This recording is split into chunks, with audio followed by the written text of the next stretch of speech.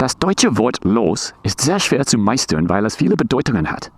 Wir können es als Suffix verwenden, wir können es als Präfix verwenden, wir können es selbst als ein Wort verwenden und es erscheint in vielen Redewendungen in der deutschen Sprache. Aber was bedeutet es? Let's talk about this funny little word in German and its many possible uses. From the middle of nowhere in Alberta, this is Lernen und Fahren. Lernen und Fahren. Lernen und Fahren. So it's a beautiful day in August. Here is our table of contents. We're going to go through this section by section. Let's start with the easy one. Los as a suffix. You can take almost any noun in the German language and stick los on the end of it to negate that noun. This maps almost perfectly to the English suffix less. For example, the word for hope in German is Hoffnung. Ich habe Hoffnung, I have hope. Okay, great. In English, we can stick less on the end of that to negate that word, and we end up with hopeless. He is hopeless, or his situation has become hopeless. We accomplish this in German with the suffix los, but be careful because with some nouns, not all nouns, but with some nouns we have to play with the spelling a little bit in order to get there. For example, we don't say hoffnungslos. We should, that fits the pattern, but instead we add an S and we say hoffnungslos. Ist hoffnungslos oder seine Situation ist hoffnungslos geworden. Okay. Where did that S come from? Well, it's either a German phonetic thing to make the word easier to pronounce, or it's some ancient holdover from the genitive case. I'm not sure, but we don't always do that. For example, the word for joy in German is die Freude. So how would you say joyless in German? Well, it is freudelos. It's just simply adding that suffix to the word as we do in English. Great.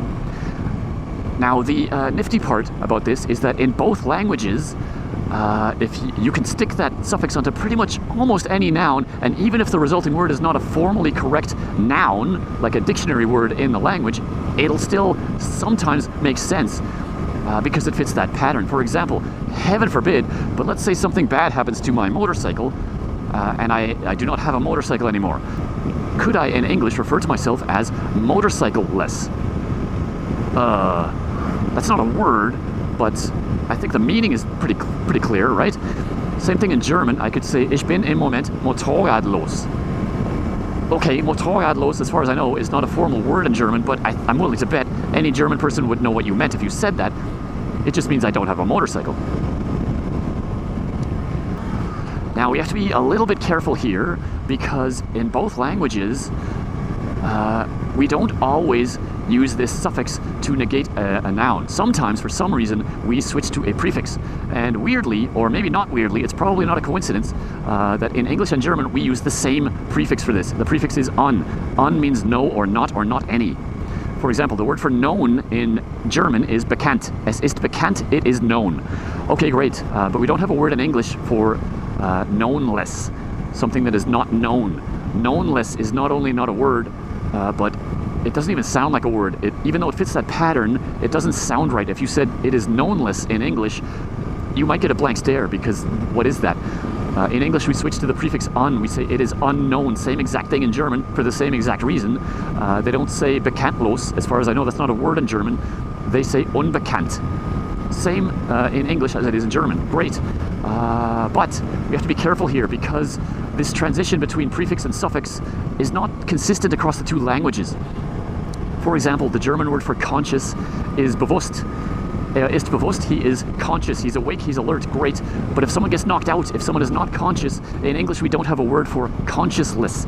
If someone passes out, you don't call 911 and say, please help, this guy is consciousless.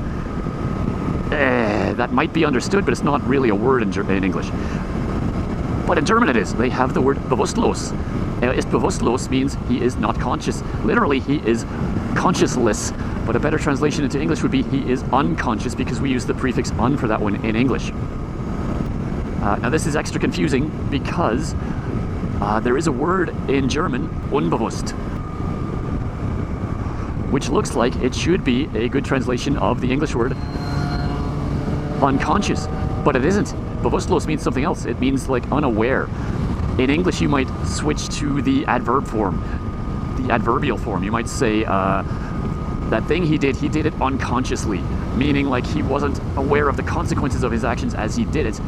He did it unconsciously. In German, they have a word for that, and that is unbewusst. So what is the rule here? How do we know when we use the suffix and when we use the prefix to negate a noun? Well, unfortunately, I don't know that there is a rule in either language. It's just something you kind of have to memorize, which is not great, but it is what it is.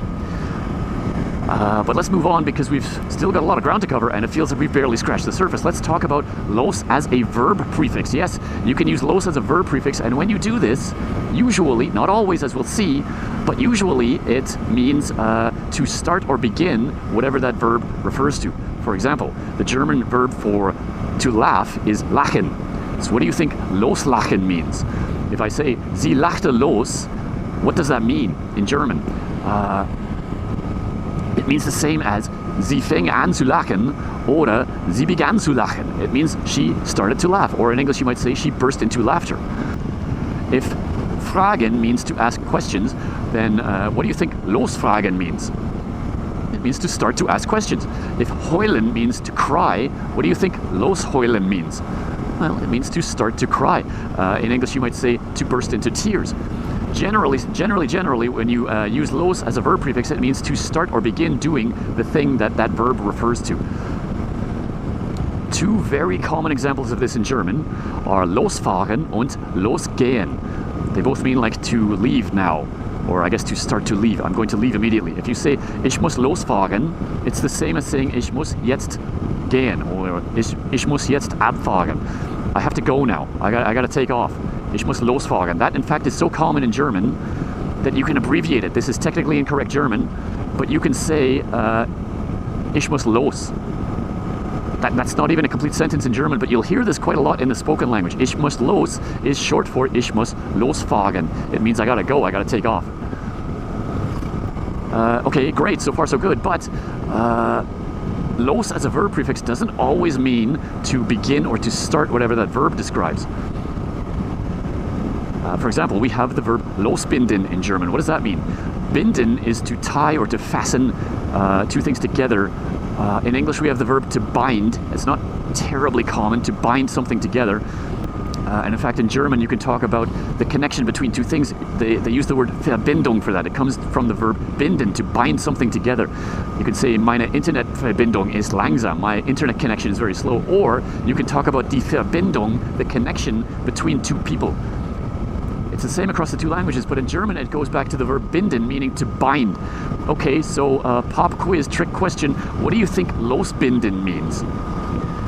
Well, if we follow the pattern we've looked at so far, losbinden should logically mean to begin to bind stuff together, but it doesn't. It's quite the opposite. Losbinden means to untie or unfasten or unbind something.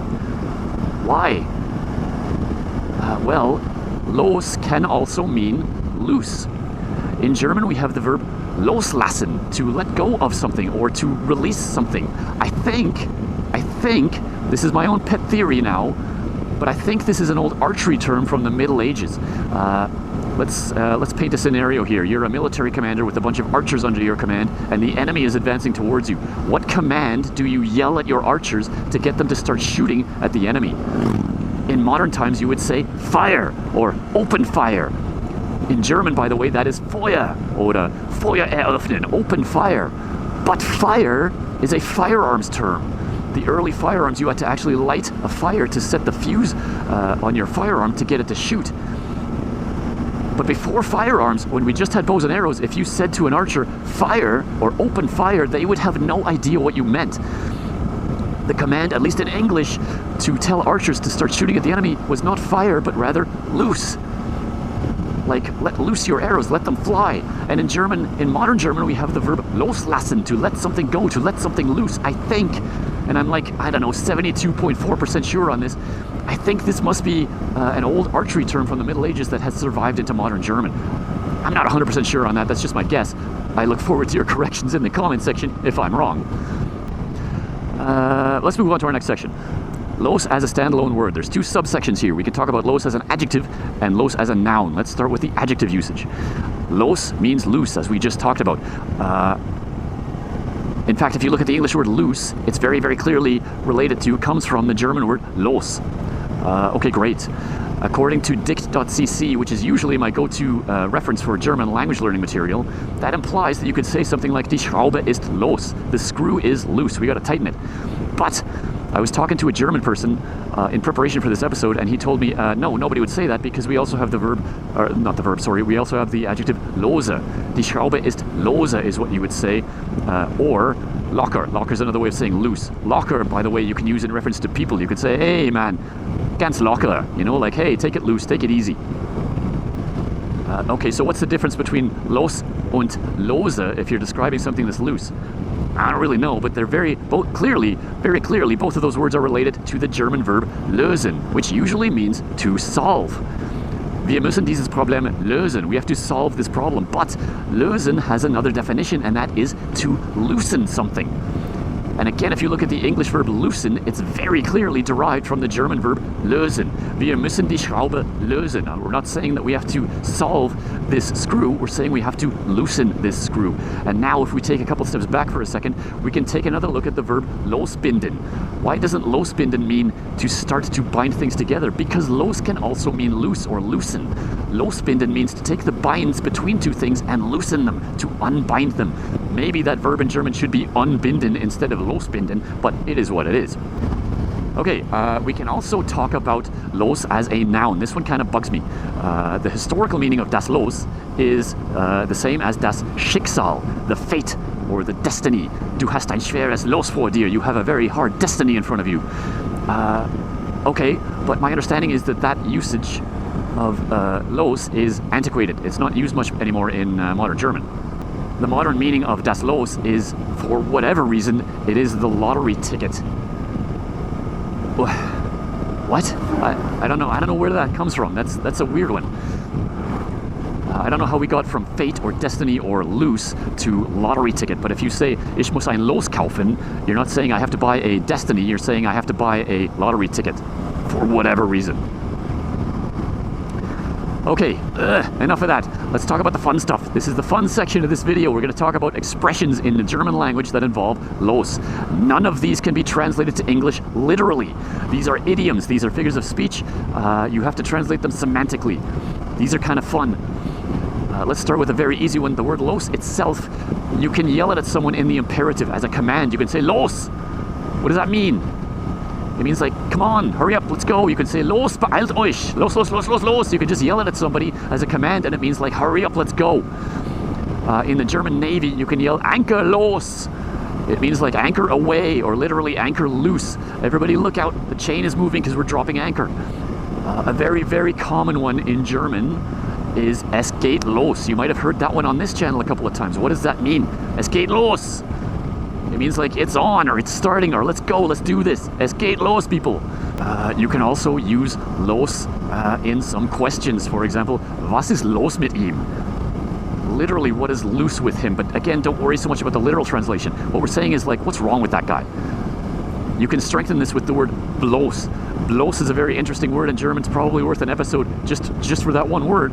But, very generally, you can use bloß to strengthen this. You can say, was ist bloß los mit diesem Typ? What in the world is wrong with that guy? You can also, if you walk into a room and everything is in shambles or chaos, you can say, was ist hier los? What is going on here? That's another one you'll hear quite a lot. And even the title of this episode is a bit of a wordplay, because was ist los is an actual question in German. You can, if you run into someone you haven't seen in a while, you can say, hey man, was ist los? It means like, what's up? Literally you're saying what's loose, but really what that means is like, what's up, what's new with you? I haven't seen you in a while.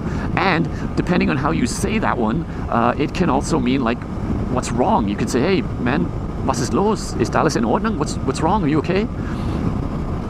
So there you go, a wonderful little word in the German language that has many possible uses, some of which cannot be translated literally back into English, which is kind of neat. Und jetzt wissen wir genau, was los ist. Das war's für heute. Wir sehen uns beim nächsten Mal. Das hier ist Lernen und Fahren.